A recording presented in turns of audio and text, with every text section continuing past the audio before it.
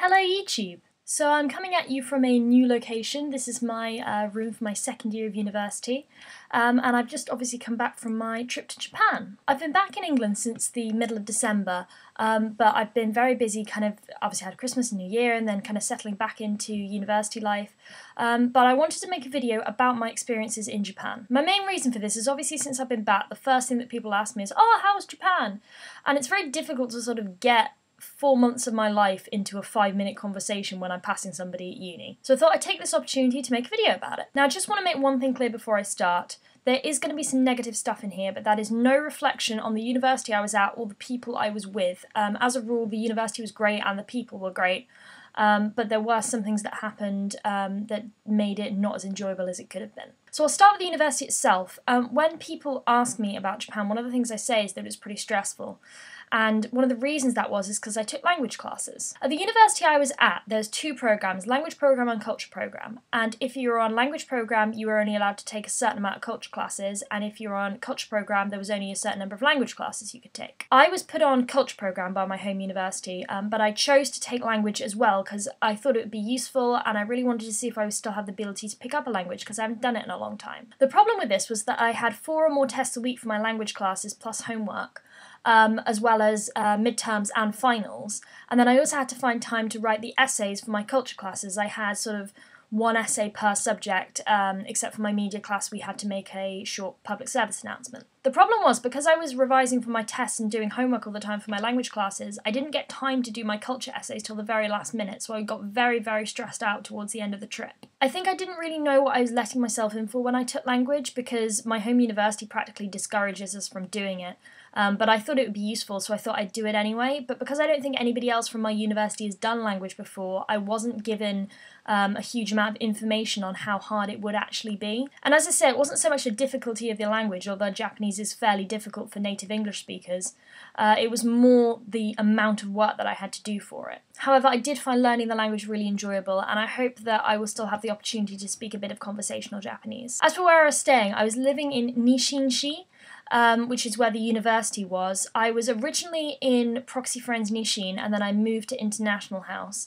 Now, I did say this in my room tour video, but the reason for that wasn't anything to do with Proxy. It was the fact that most of the people I hung out with on a regular basis lived in iHouse, and it seemed a bit stupid for me to be the only one stuck over in the other accommodation building. That being said, personally I preferred living in iHouse purely because it had a communal area, which Proxy didn't have.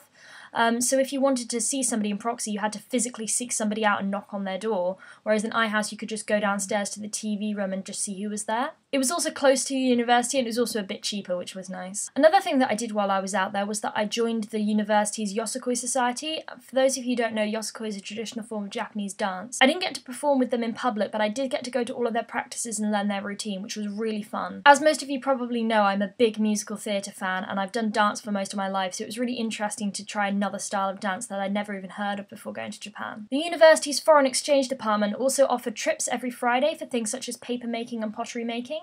And also at the end of the year there was a big overnight stay trip to Kyoto. Going to Kyoto was pretty amazing. We got to go to a lot of temples and shrines and just see sort of around the city. Also off my own back, I went to Osaka and to Universal Studios with a group of friends, and I also went to Tokyo and Tokyo Disneyland with a couple of friends. Those 2 trips were some of my favourite memories of Japan, because going to Universal we got to go to the Wizarding World of Harry Potter, and as you probably know I'm a huge Harry Potter fan, so that was pretty incredible. And going to Tokyo was pretty amazing because apart from the fact that, you know, it's Tokyo, I got to go to Disneyland with a friend who'd never been to any Disneyland resorts before, so it was pretty incredible to share that experience with them. But my main favourite memories of Japan were just the times that I got to spend with my friends there. As previously mentioned, I was under a lot of stress while I was in Japan, not just because of the university, but also some personal things to do with my home university and some other things that I'd rather not go into. And I can honestly say that there are some people in Japan who, without them, I would never have kept my head above water. I'm not going to name names because you know who you are, but to those people,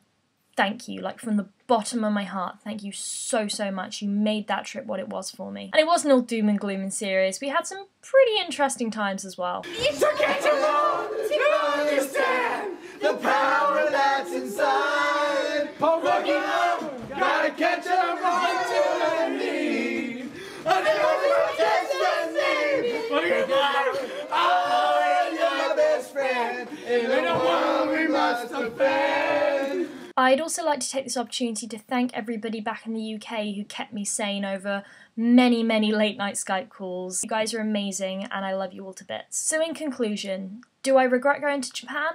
No. Did I have an amazing time all of the time? No. Did I have amazing times some of the time? Yes. Would I go back to Japan? I'd really like to visit the friends that I made out there, but I don't think I'd ever go out there to live. So I think that I've covered a basic overview of what happened to me in Japan. If there's anything that you'd like more specifics about, then please leave it in a comment and I'll do my best to make a video on it. Anyway, until next time, bye-bye!